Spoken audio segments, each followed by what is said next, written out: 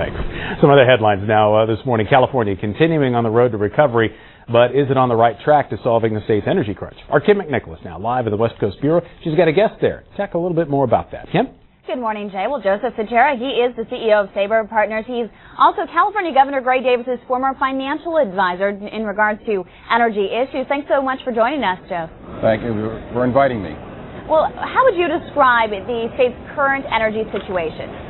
I think we're in very good shape, the state, in terms of the supply-demand imbalances that had occurred last year, that we have put together a plan, the governor put together a plan that actually helped stabilize the market by both a conservation, contracts, and construction of new projects.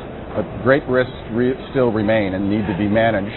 And there's a lot of controversy and debate within the state right now about that, and some of the things I think are being missed.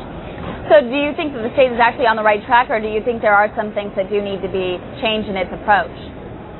Well, I think that we need to reestablish the trust between ratepayers, shareholders, the utilities, and the regulators and government.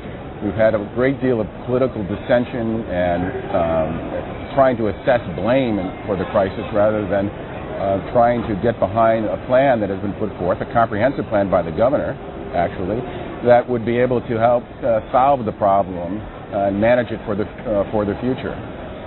And what do you think so far about the progress the state is making in renegotiating the long-term power contracts?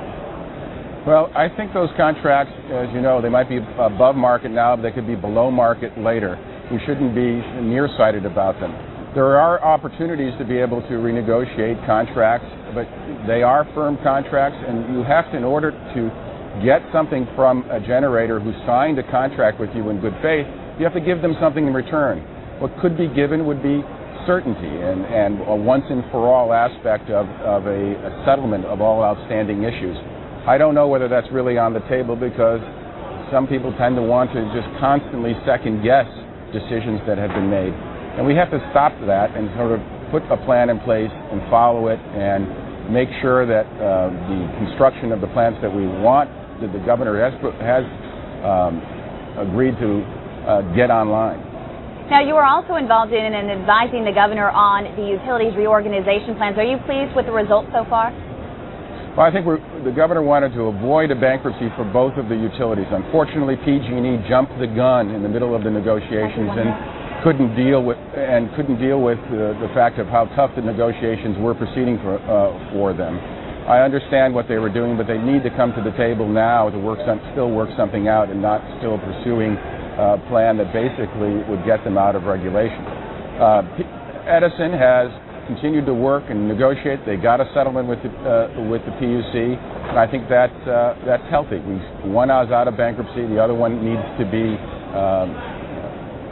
needs a plan, and the only plan is if we stop calling names to each other and we actually sit down and work something out. Now, I just have one more question for you really quickly. What do you think of the push by some lawmakers and business groups to rid of several of the state's agencies and actually consolidate their duties? I think that would be a great step forward. One of the problems we had as advisors to the governor was that no one within the state would be willing to agree on a set of numbers. Everyone had their own numbers, everyone had their own perspective, and there was not a structure within the government on energy to deal with it. The governor sort of had to be forced into the process. A consolidation of the various disparate elements and trying to bring them all together, agreeing on some of the technical aspects would probably be very helpful. But it's only a first step.